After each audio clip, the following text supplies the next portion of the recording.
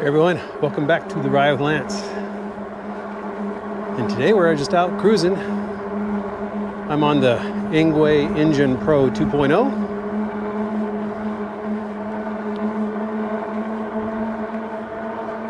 And just having a nice afternoon ride. It's nice and sunny out. It's warm. Not many people on the trail right now. So that's always a plus. Has gas prices got you down? I know it's got me down. Because I own a truck. And it doesn't get that great of gas mileage.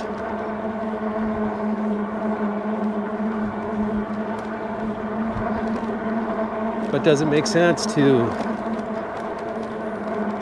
get an e-bike now and use it for your short hauls? Maybe you can ride it to work. Maybe you can ride it to the grocery store. Because I tell you what, I live here in California, and I don't know if all of you who don't live in California just know how bad it is here. Now, I don't think we're the worst in the country. I'm sure there's other places that are worse. Maybe Hawaii, maybe Alaska. But I will drive by a certain place, or I'll ride by a certain place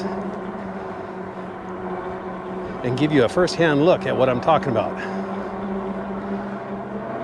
Because it ain't pretty.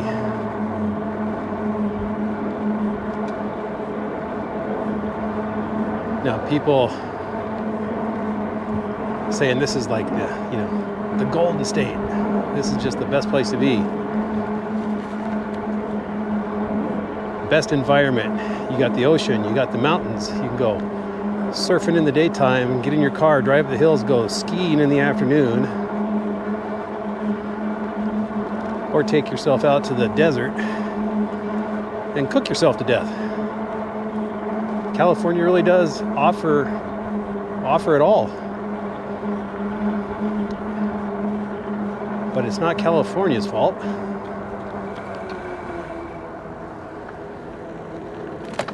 We all know who creates these problems: politicians. Now, I'm not going to get into politics here, but if you were thinking of moving to California, think again. You better take a closer look at all the different taxes they get you on in here, and I'm going to go into a couple in particular here in just a few minutes. Now, I am a native California. Born and raised in Southern California, and then moved up here to the Northern California Bay Area when I was about 45.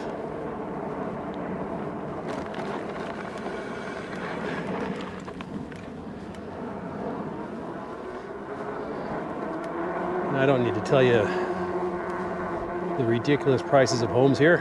You can probably look it up. You probably hear it on the news. It's true. But anyways, this is a video about e-biking. So, does it make sense to get yourself an e-bike? For fun, of course, but for doing the short haul stuff, like I said, like going to the store. Maybe you live close enough to work where you could ride to work on good weather days.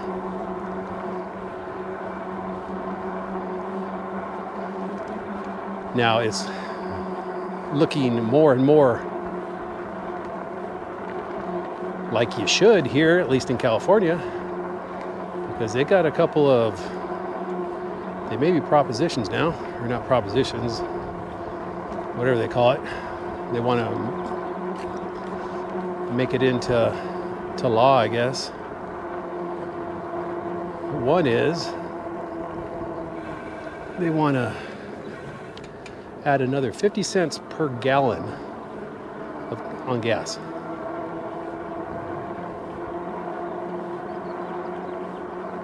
Now granted, the taxes on our gases already, I believe, are somewhere in the either the 130 to 180 range per gallon. Now they are talking about adding another 50 cents on top of that per gallon.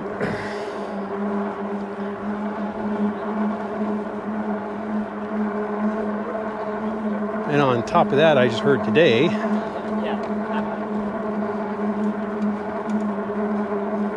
that CARB, which is our California Air Resource Board, wants to add 10 to 30 cents per mile for driving on freeways and highways.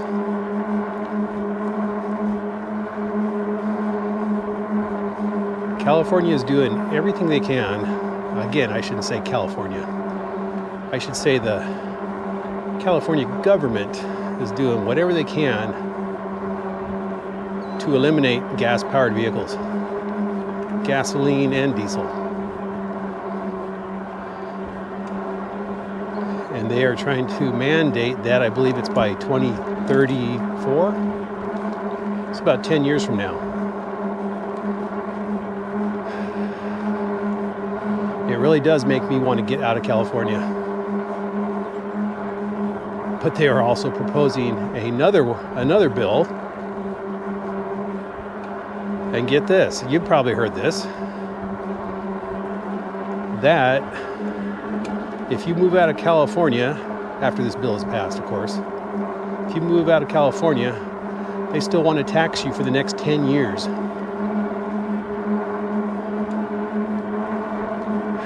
Now, I haven't read a lot into that one, so that's what I'm hearing on some of the news websites, if you can believe the news websites these days.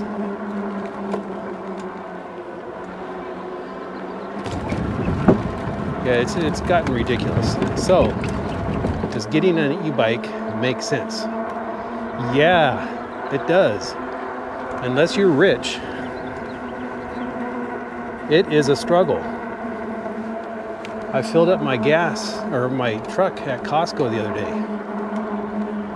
22 gallons, just regular unleaded. $111.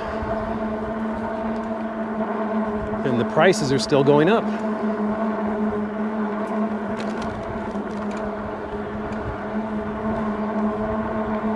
So if you're looking for an e-bike, and you're looking for a smaller e-bike, a budget e-bike that beats a lot of the other non-budget e-bikes in this class, look at the Engwe Engine Pro 2.0. It is more of a premium bike. It is a very strong bike. This thing's a climber. I showed you that in my first video review of this bike. It took me up a hill, 250-pound dude, up a very steep hill on throttle only. This has got a 52-volt motor, or a 52-volt battery. It's going to take you a pretty good distance, especially if you're just pedaling. So I'll let you look up at the specs yourself. I do have a link in the description below that will take you right to the Engwe website, and then you can look up the specs on this, and you could look them up on the other bikes they have to offer too. And that link also gets you an additional discount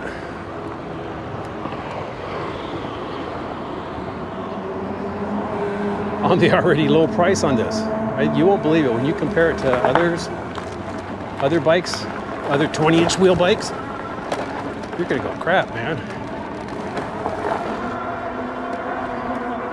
And this really does feel like a premium bike. I mean, when you just look at the construction and the fit and finish of this, and it's full suspension. A lot of the others aren't full suspension.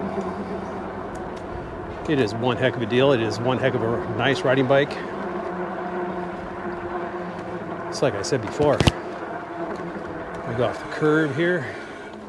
All right, full suspension, see?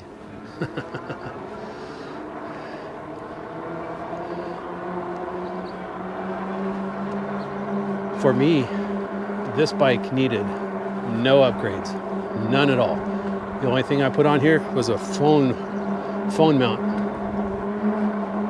I have for a 6-foot person on a 20-inch bike, I have the perfect riding position. PRP, perfect riding position. And the seat, it is the best seat out of all the e-bikes I've ridden. Best stock seat, no need to change it at all.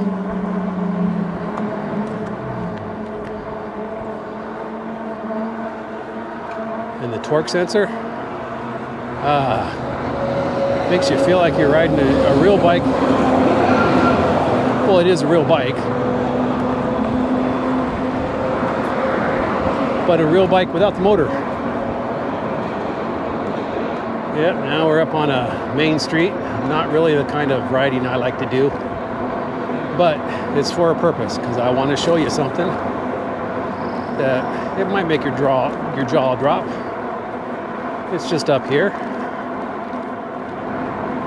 Get back to this bike. This bike is just, it's a blast. Now, I still prefer the 26-inch wheel bikes, but this one is very inspiring, especially for those who might be new to e-biking and haven't ridden a bike in a long time. This is a very easy bike to ride. It's very maneuverable, easy to get on and get off, easy to put away, and of course it folds up. So if you want to throw it in your trunk, if you have a big enough trunk, or the back of your car, if you have a big enough back seat,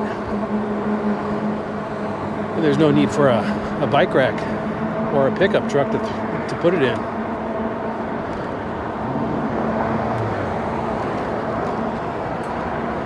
It's just really nice. And the motor is quiet. I really only hear, well, besides the road noise, I only really hear the knobbies when I'm riding. That little low hum. And I am just cruising easy and comfortable at 15 miles an hour.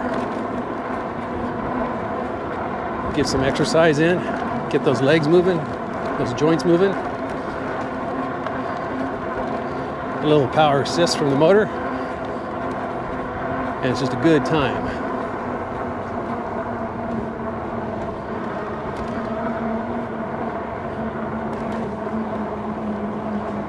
Okay. Coming up here to a Chevron station. Can you see the pricing?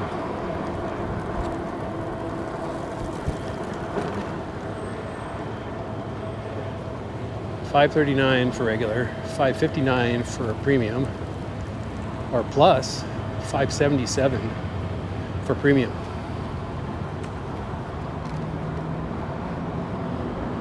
Friggin' ridiculous. And almost half of that is just state taxes.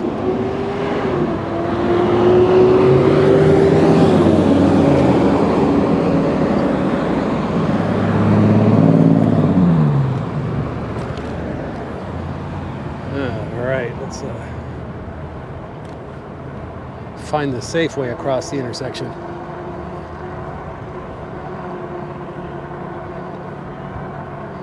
Yeah, I mean, I did get a little cheaper at Costco.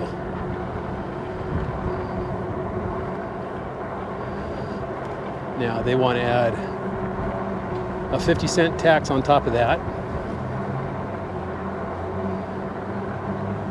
And then in a few years, they want to add 10 to 30 cents a gallon for driving on the freeway and highway.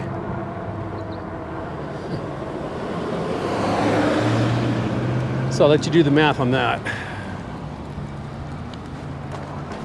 It's just bad.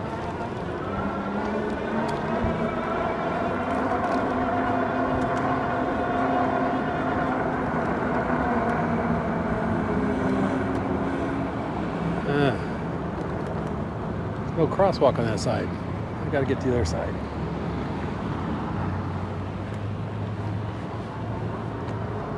Any cars coming? Oh, go over here.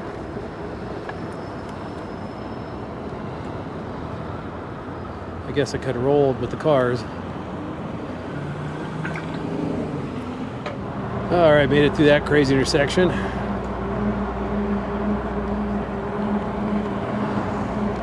Gonna come up here and get off this main street, go through the mall parking lot.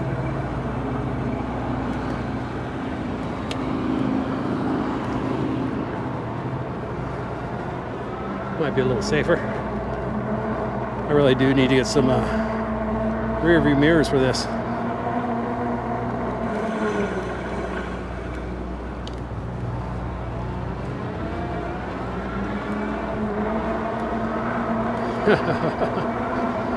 I'm exceeding the speed limit in the parking lot.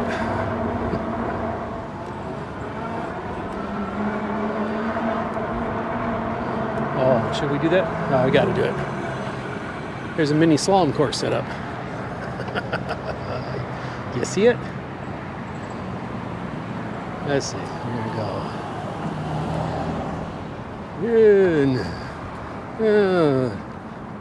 In. Oh, turn around. Go back the other way.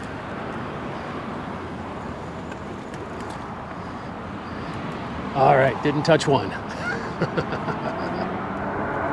All right.